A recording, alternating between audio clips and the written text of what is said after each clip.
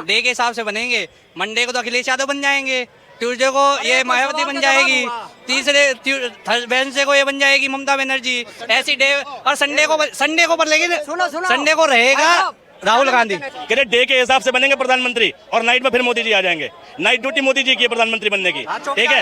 हाँ बिल्कुल, चौकीदार और चौकीदार ही चोर है, ये भी सत्य है, ठीक है। इलेक्टोरल बॉन्ड की चोरी चौकीदार ने की थी। चेहरा राजस्थान में कौन था, उसके बाद मध्य प्रदेश में चेहरा कौन था, मध्य प्रदेश छत्तीसगढ़ में चेहरा कौन था। इंडिया की पहली बात तो इनको इंडिया बोलने से शब्द से ही नफरत हो गई है। इनकी हालत ऐसी खराब हो गई। अगर इंडिया शब्द से इतनी नफरत है तो जेब में रिजर्व बैंक ऑफ इंडिया के नोट पड़े, निकाल के फाड़ के फेंको, फाड़ के फेंको। इंडिया नहीं बोल सकते पूरी तरह तो फाड़ के फेंको।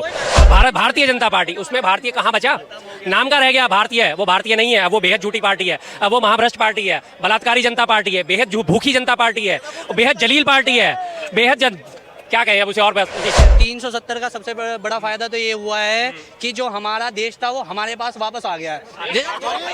जो हमारा सीमा पार से आतंक बढ़ा, ये सेना प्रमुख की स्टेटमेंट है। इसमें ये कहाँ लिखा हुआ कि 370 हटने के बाद बढ़ा है? अभी मुख्तार अंसारी का केस आया जी, ठीक है, लोग उसमें भी हिंदू मुसलमान का एंगल ढूंढ रहे हैं। अरे भैया डेथ हो गई उसकी, ठीक, वो किसी के लिए रॉबिन हुड था, किसी के लिए क्रिमिनल था, किसी के लिए दुश्मन भी था, ठीक है, किसी के लिए बहुत अच्छा काम भी किया था, वो उसकी इमेज उसके साथ गई, ठीक। अब हमें उस पर पॉलिटिक्स करने की ज़रूरत ही नहीं है। वो अपनी सज़ा भुगत रहा था, जेल में जो हुआ नहीं हुआ वो जांच का विषय है। हम उसके उसके जनाजे में कोई चला जाए तो भैया क्रिमिनल का साथ दे दिया। अरे भाई घर मोहल्ले का एक से बिगड़ेल आदमी होता है ना, जब वो मर जाता है लोग उसके बारे में 4 शब्द अच्छे ही बोलते हैं। ये देश की मीडिया है कि उसके मरने के बाद भी कह रही है माफिया मर गया, ठीक, गलत अल्फाजों से। और कोई एक वो है राज धर्म की चैनल वाली अर्चना, ठीक है, उसको हर जगह ढूंढना है हिंदू मुस्लिम का एंगल। ऐसे ऐसे पत्रकार हो चले तो बताओ देश का होगा क्या। अभी आपने बोला डिक्टेटरशिप हो गया है इस देश में, उससे पहले नेहरू के टाइम में भी तो डिक्टेटरशिप था, उस समय तो आरोप लग रहे थे नेहरू जी ने क्या क्या गलत किया है। मैंने एक किस्सा सुना है कि एक औरत ने देश के प्रधानमंत्री से पूछा तुमने हमें क्या दिया इतने साल के शासन में, तो नेहरू ने एक जवाब दिया था कि मैंने तुम्हें ऐसा शासन दिया कि तुम प्रधानमंत्री का कॉलर पकड़ सको। आज अगर हम मोदी जी के बारे में इतना कुछ बोल पा रहे हैं या आज देश के सिस्टम को कोस पा रहे हैं, चाहे भले कितनी डिक्टेटरशिप है, हमें जेल में भी डाला जा सकता है, दूसरी बातें भी हो सकती है, लेकिन हम बोल पा रहे हैं। ये नेहरू और अंबेडकर की उपलब्धि है कि देश में ऐसा संविधान और ऐसी व्यवस्था दी है कि तुम सरकारों से सवाल कर सकते हो। तो कैसी डिक्टेटरशिप, ठीक है, हो सकता है देश बहुत ज़्यादा तरक्की कर ले, ठीक, बहुत ज़्यादा डेवलपमेंट कर ले, लेकिन इस देश की जो बड़ी आबादी है वो गरीब ही रहने वाली है, क्योंकि उस देश का कभी भला नहीं होता जहां लोग लोगों के बारे में अच्छा नहीं सोचते, जहां लोग लोगों के विरुद्ध खड़े होते हैं। हमारे देश में यही हो रहा है पिछले 10 सालों से, लोगों के विरुद्ध खड़ा किया जा रहा है। लेकिन 2014 से पहले का भारत लोग सरकारों के विरुद्ध होते थे, लेकिन 2014 के बाद का भारत लोग लोगों के विरुद्ध है। आप प्रोटेस्ट करने लग जाओ, नकली किसानों वर्सेस असली किसान हो जाएंगे। आप प्रोटेस्ट करने लग जाओ, मुसलमान प्रोटेस्ट करेंगे, हिंदू विरोध में आ जाएगा, ठीक है। आप सरदार प्रोटेस्ट करने लग जाएं तो भैया वो खालिस्तानी हो जाएंगे, उनके पास देशभक्ति में आ जाएंगे। ये 2014 से पहले क्यों नहीं देखने को मिला? जन लोकपाल बिल, इतना बड़ा आंदोलन हुआ, इंडिया अगेंस्ट करप्शन, किसी ने किसी का धर्म नहीं देखा, किसी ने हिंदू मुसलमान नहीं देखा, किसी ने पाकिस्तान नहीं देखा, सब ने विरोध किया था, ठीक है। सब ने एक साथ एक सुर में विरोध किया था और सरकारों के अगेंस्ट किया था। लेकिन 2014 के बाद ऐसा क्या परिवर्तन आया कि लोगों के खिलाफ लोग खड़े किए जा रहे हैं, लोगों के खिलाफ लोग भड़काऊ भाषण दे रहे हैं। अभी भी यहाँ मैं सरकार के अगेंस्ट बोल रहा हूँ, लेकिन सरकार को बुरा लगे ना लगे, चंद लोगों को बुरा जरूर लगेगा जो चाटुकार होंगे, सरकार के चाटुकार होंगे, ठीक है, क्योंकि वो 500 रुपये मोदी के भक्ति में पागल है भाई, वो तो मोदी के लिए फैन है, मोदी के फैन है। फैन का अगर किसी को बोलेंगे तो बुरा लगेगा ही। मोदी की भक्ति में पागल हो, सुनो मेरी बात, हो सकता है तुम मोदी के भक्त हो, फैन हो, ठीक है, गलत को गलत कहोगे। हाथरस की बेटी जिंदा जला दी गई, भक्ति में तुम किसी गलत चीज़ को भी सही कह दो कि भैया उस लड़की का ये दिक्कत थी। भाई यूपी के एडीजी लॉ एंड ऑर्डर ने क्या कहा था पूरे दिन के कसमकस के बाद कि सीमन नहीं मिला उसकी बॉडी में, ऐसे बलात्कार को जस्टिफाई कर रहे थे वो कि बॉडी जला दी गई, सीमन नहीं मिला जी, रेप नहीं हुआ था। बाद में क्या हुआ, क्या निकला उसकी जांच की रिपोर्ट में, ठीक है। विरोध और समर्थक होना अलग बात है, देश में गलत को गलत तो कहो। भाई रेप पीड़िता अगर बीजेपी का पदाधिकारी है, चाहे वो किसी का भी है, अगर गलत है तो गलत कहो। मोदी के समर्थक हो तो भी उसकी गिरबान पकड़ने की हिम्मत होनी चाहिए ना। अगर तुम देश के जिम्मेदार नागरिक हो, तुम मोदी के बहुत बड़े फैन हो, तो तुम किसी भी गलत आदमी को डिफेंड करने नहीं आओगे। मोदी सरकार ने 3 कृषि कानून बिल लेकर आए, पूरे देश में किसानों को समझ में नहीं आया, 700 किसान मर गए बिना समझे। पूरे देश में जगह जगह बुद्धिजीवी लोग उसके अगेंस्ट खड़े थे, लोग उस बिल को समझा रहे थे, मतलब वो सारे बेवकूफ़ थे। सिर्फ बीजेपी के लोग जो समर्थक हैं वही समझदार हैं देश में।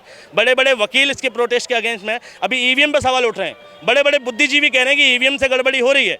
ठीक है, सरकार एक बार संज्ञान लेने को तैयार नहीं है और बीजेपी का समर्थक समझाएगा कि ईवीएम ठीक है कि गलत है। ये कांग्रेस राज में क्यों नहीं वापस लिया गया? दिग्विजय सिंह 2003 में बोल चुके थे कि चिप वाली मशीन हैक हो सकती है, तो उस समय क्यों नहीं लिया गया था वापस? कांग्रेस राज में ऐसा प्रोटेस्ट हुआ था जैसा अब हो रहा है ईवीएम के टाइम पे। जिस टाइम शंका होगी डेमोक्रेसी में उस वक्त एक्शन लिया जाएगा, चाहे कांग्रेस का शासन हो चाहे बीजेपी का शासन हो। इसमें कांग्रेस और बीजेपी का लेना देना क्या है? बात देश के लोकतंत्र की हो रही है, हम बीजेपी की बात ही नहीं कर रहे। अगर बाय द वे आज बाई चांस अगर सत्ता में कांग्रेस ही होती और ऐसा ही सिस्टम हो रहा होता और आवाज़ उठ रही होती तो क्या सही हो जाता? नहीं ना, गलत तो गलत है, सरकार किसी की रहे। ईवीएम पे अगर क्वेश्चन उठ रहे हैं, मैं कह रहा हूँ 140 करोड़ में से अगर एक भारतीय को भी शंका है कि ईवीएम में गड़बड़ी है तो इस देश की सरकारों की जिम्मेदारी है कि उसकी शंका दूर करे। यही डेमोक्रेटिक सिस्टम हमें सिखाता है। ठीक है, ये ईवीएम का खेला क्यों कर्नाटक में क्यों नहीं होता, बंगाल में क्यों नहीं होता, पंजाब में क्यों नहीं होता, ऐसा क्यों नहीं होता है? नहीं, ईवीएम का खेला कर्नाटक में नहीं होता, चंडीगढ़ में नहीं होता। सुनो भाई, हर जगह का चुनाव आयोग अधिकारी अलग अलग, ठीक, हर जगह की स्थिति परिस्थिति अलग अलग और लोगों की परिस्थिति अलग अलग। पंजाब में नहीं हो सकता था, पंजाब में तुम सब लोग जानते हैं माहौल क्या, एनवायरनमेंट क्या है। ठीक भाई, जहाँ पॉसिबिलिटीज़ है और जहाँ घुमा सकते हैं, चोरी के लिए भी कहते हैं नकल प्लस अकल बराबर सफल। सुना है एक डायलॉग तुमने? नकल करने के लिए अकल चाहिए और वो भाजपा के पास है, नकल के साथ अकल जोड़ के सफल होती है। हर जगह नहीं करती, जहाँ करनी होती है वहाँ करती है। 19 लाख ईवीएम गायब हैं। ठीक है, क्या हुआ? और वो मसीह, जो मसीह था ना, अनिल मसीह, दरअसल वो एक सोची समझी साजिश थी। क्या समझाने के लिए कि बेटा चोरी तो हम बैलेट पेपर से भी करवा देंगे। ठीक है, यानी तुम ईवीएम बंद करवा के बैलेट पेपर की वकालत करो। देखो बैलेट पेपर ज़्यादा खतरनाक है, बैलेट पेपर में ज़्यादा आसानी से चीटिंग होती है, इसलिए तुम ईवीएम पे ही आ जाओ। ठीक है, वो एक तरीका था लोगों को समझाने का। ठीक, चोरी तो पकड़ी गई, हालांकि वो भी गलत था, और ईवीएम में हो रही है वो भी गलत है। मैं कह रहा हूँ हो सकता है ईवीएम बहुत ठीक हो। अगर सरकारों के खिलाफ कोई प्रोटेस्ट कर रहा है, देश का एक नागरिक भी कह रहा है कि गड़बड़ी है, और एक नहीं कह रहा, करोड़ों की संख्या में लोग विरोध कर रहे हैं, अगर कह रहे हैं तो सरकार संज्ञान क्यों नहीं ले रही? चुनाव आयोग संज्ञान क्यों नहीं ले रहा? सुप्रीम कोर्ट संज्ञान क्यों नहीं ले रहा? एक और सवाल उठ रहा है कि अभी तक कोई विपक्ष में चेहरा ही नहीं, मोदी के टक्कर में कोई है ही नहीं, मोदी नहीं तो कौन, ये भी तो सवाल उठ रहे हैं। मैंने ओशो ने एक बहुत अच्छी बात कही थी, राजनीतिक खेल ही उसका है जो सबसे ज़्यादा झूठा होगा। ठीक है, खेल ही उसका है, और मोदी से बड़ा झूठा है ही नहीं वास्तव में कोई, तो टक्कर में आए कौन? सच्चे हैं भाई, मोदी जी सच्चे हैं, देखिए तभी तो इतने जनता सपोर्ट करती है उनको। ना ना ना, एक डायलॉग था, सत्यमेव जयते, सत्य की हमेशा जीत होती है। मेरी अपनी समझदारी कहती है 2014 के बाद के भारत में ये सबसे बड़ा झूठ है कि सत्य की हमेशा जीत होती है, क्योंकि जितनी ज़्यादा जीत झूठ की हो रही है 14 के बाद, ठीक है, सत्य की नहीं हो रही। वकीलों में, कोर्ट में वकील सबसे ज़्यादा झूठ बोलते हैं अपने मुवक्किल को बचाने के लिए। ठीक, शादी के टाइम पे लड़के वाले लड़की वाले दोनों झूठ बोलते हैं शादी कराने के लिए, और देश में नेता इन सबसे उम्मीदों से परे झूठ बोलते हैं जीतने के लिए। तो मोदी जी से ज़्यादा बड़ा झूठा इस देश में मिल नहीं सकता, तो उनकी टक्कर में कोई है ही नहीं। चेहरा कौन है विपक्ष में, चेहरा कौन है ये बताइए? सारा देश चेहरा है, ये देश रिप्रेजेंटेटिव चुनता है, 140 करोड़ लोगों का रिप्रेजेंटेटिव।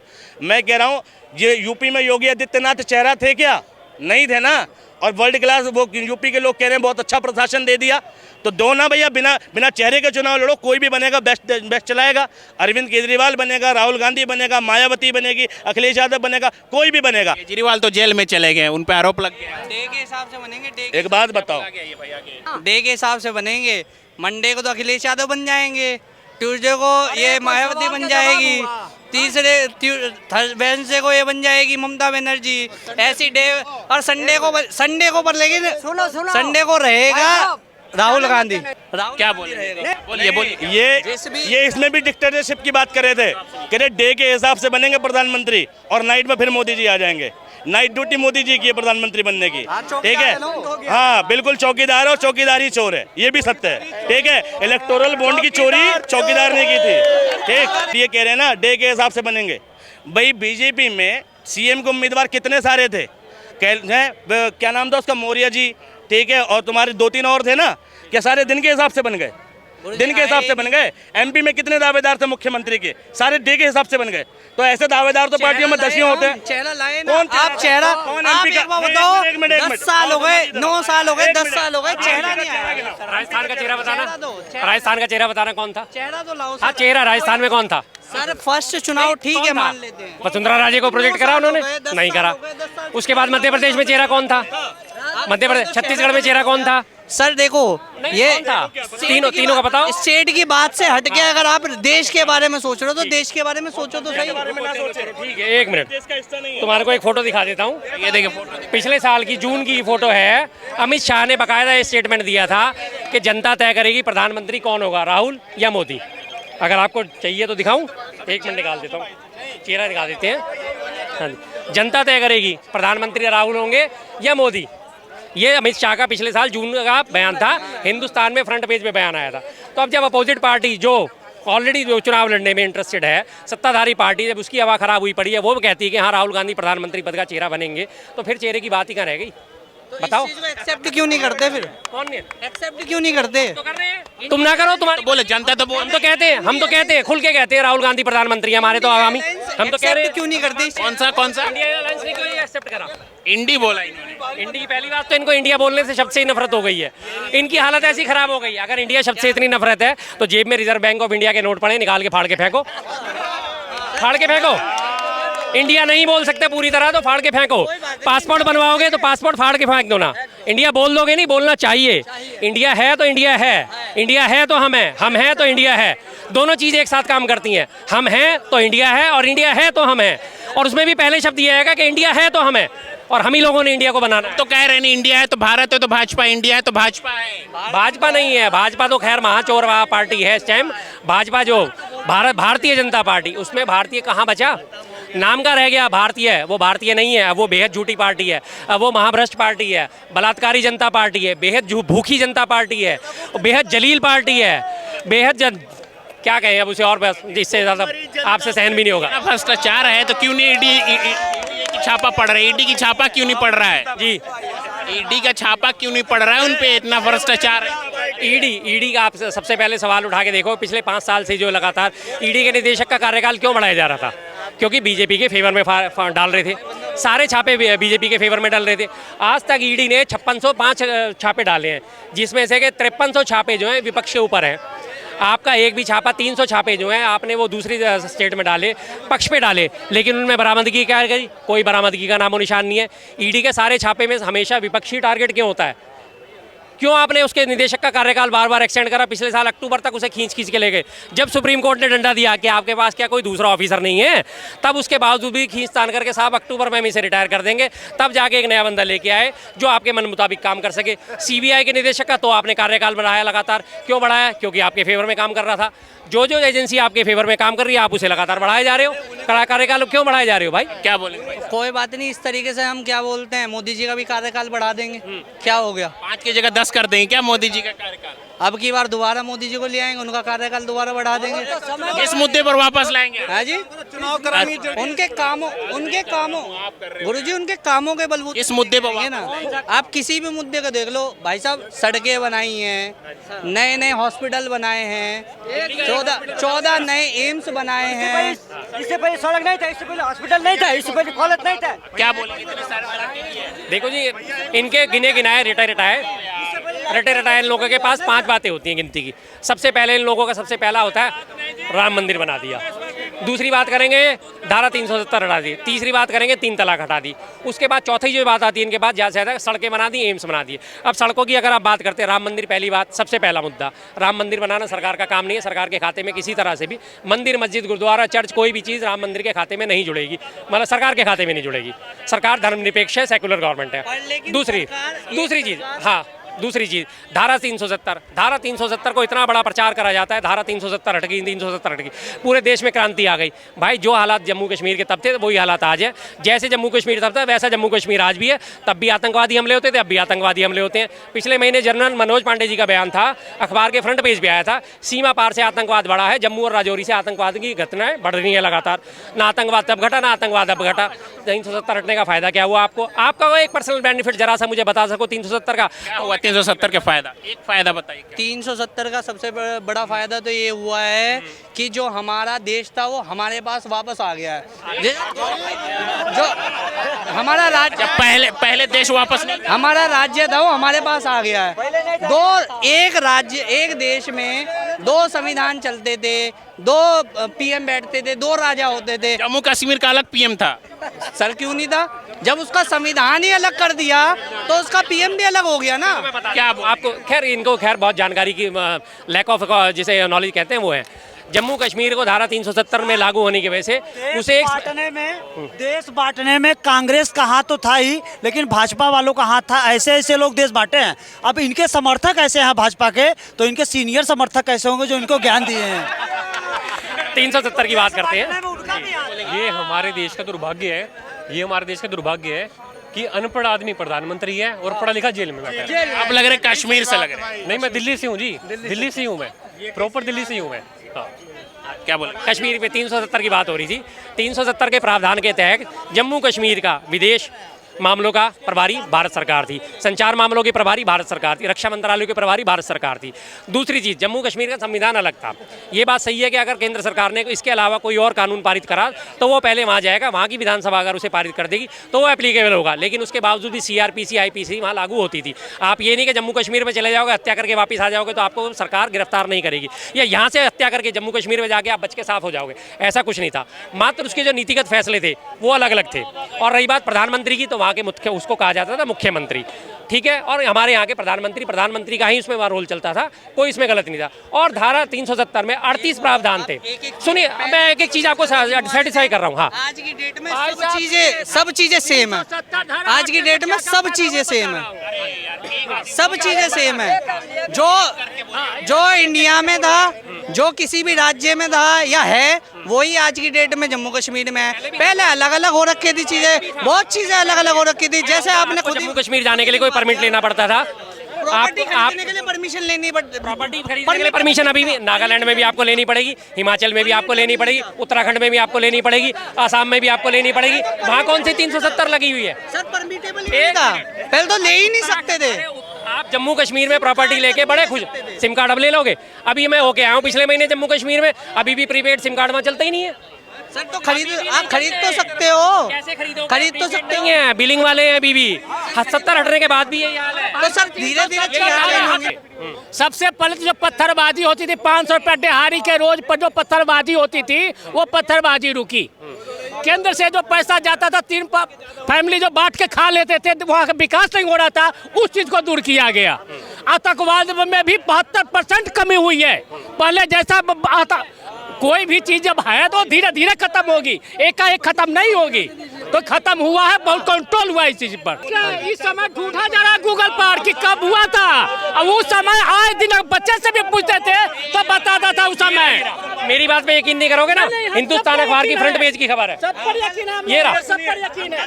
ये देखो, इधर आके देखो, पुंछ राजौरी में। अरे सुनो सुनो सुनो सुनो, आप भाग क्यों रहे हो भाई? आराम से सुनो, शांति से सुनो। पुंछ राजौरी में सीमा पार से आतंक बढ़ा, सेना प्रमुख, ये सेना प्रमुख का बयान है। 370 हटने के बावजूद भी फिर क्या कैसे कह सकते हो कि खत्म हो गया? ये झूठे हैं, सेना प्रमुख झूठे हैं। सेना प्रमुख उस समय 11 जवानों, सेना प्रमुख झूठे हैं।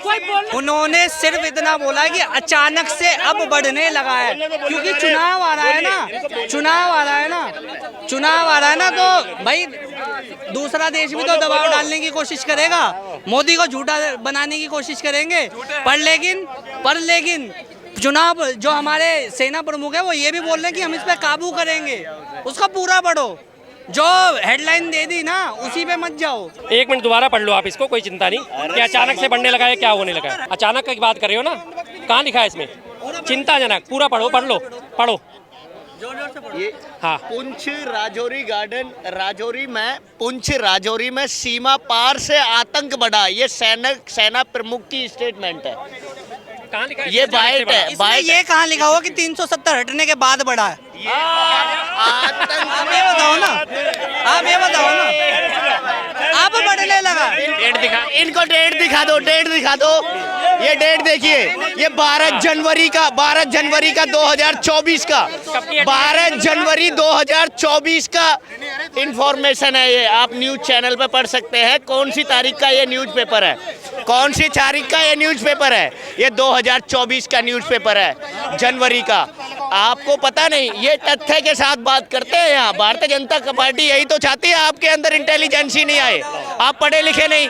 क्या बोल दिया जो बोलना था, दिखा दिए सबूत। अब ये कह रहे हैं कि पहले 370 हटने के बाद का ही तो बयान है ये।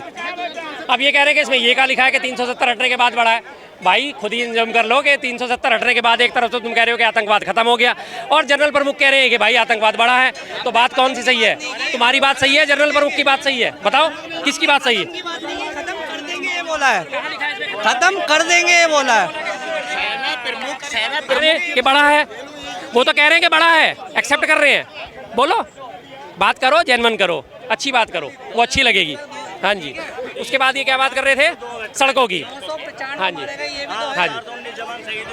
177 आम नागरिक शहीद हुए। मोदी सरकार के 6 साल में हर दिन औसतन एक आतंकी घटना हुई, हर दिन औसतन एक घटना मोदी सरकार में। ये गूगल बता रहा है, ये गूगल बता रहा है, मैं नहीं बता रहा। पुरानी बातों की बात करें तो हाँ, पुरानी कर लो, पुरानी कर लो, पुरानी कर लो, चलो पुरानी कर लो, पुरानी। एक मिनट, पुरानी कर लो, पुरानी करूँ 2014 से पहले की। चलो एक मिनट, ये अभी गूगल करूंगा, अभी इसके बाद अभी बोल लूं, ठीक है? गूगल पे भी दिखाऊंगा।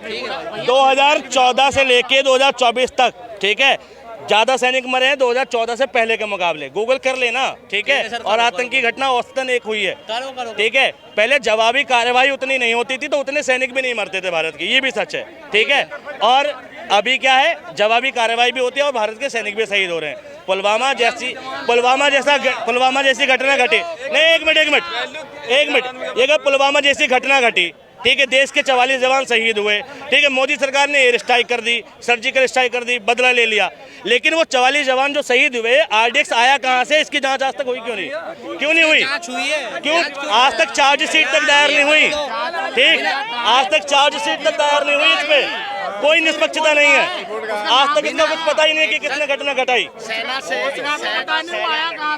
कौन अपना ध्यान रखना भाई। सेना से आप प्यार करते हैं? सेना से प्यार करते हैं आप? सीआरपीएफ के जवानों की इन्वेस्टिगेशन होनी चाहिए या नहीं होनी चाहिए? भारतीय जनता पार्टी को करनी चाहिए या नहीं करनी चाहिए? आप क्या कहना चाहिए? तो अगर इन्वेस्टिगेशन नहीं हुई तो भारतीय जनता पार्टी ने ये अपराध किया है ना, घोर अपराध किया है ना। भारत के सैनिक जो देश के अंदर, देश की सीमा पर हमारे भारत की रक्षा करते हैं और उनकी सेफ्टी के रेफरेंस से आज हम यहाँ सेफली स्पीकिंग कर रहे हैं ऑन कैमरा, चैनल पर बोल रहे हैं। ये क्या, ये दर्दनाक बात नहीं है देश के लिए? सेना के शहीदों को शहीद कराने वाली भारतीय जनता पार्टी राजनीति की खातिर शहीद कराती है?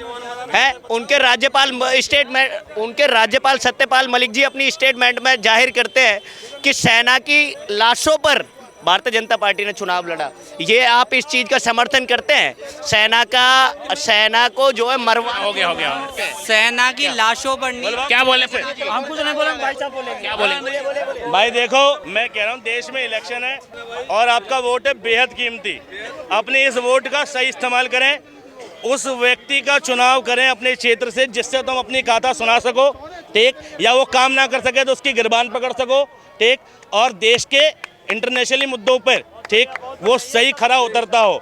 देश में महंगाई कम करे, बेरोजगारी कम करे, देश में शिक्षा की बात करे, ऐसे नेता को वोट दो। ऐसे नेता को वोट मत दो जो धर्म के नाम पर आता हो, जो धर्म के नाम पर लोगों को क्रिटिसाइज करता हो। धर्म के नाम पर आज मैं एक मिनट, अगर मैं देशवासियों से सिर्फ इतना कहना चाहूँगा, अगर बाकी में आपको परिवर्तन चाहिए 2024 में, तो सिर्फ मुद्दा सिर्फ एक ही होना चाहिए। याद रखा, ballot paper, only for ballot paper. अगर आपको चेंज चाहिए सरकार तो आपको ईवीएम हटाना पड़ेगी। ईवीएम हटाओ, देश बचाओ। ईवीएम हटाओ, देश बचाओ। जब भी सत्ता पलट सकते हैं, वरना बीजेपी को आने से कोई रोक नहीं पाएगा। अगर ईवीएम से वोट हुए तो याद रखें, ballot paper, only for ballot paper. देखिए, हमारा भाई बिल्कुल सही कह रहा है। हमारे वोटों की चोरी जब तक नहीं रुकेगी, जब तक हमारे वोटों की चोरी करके सरकारें बनती रहेंगी, चाहे बीजेपी हो, चाहे कांग्रेस हो, चाहे आप हो या विपक्ष की कोई भी पार्टी हो, वो आपके हमारे हक अधिकारों की बात नहीं कर सकती।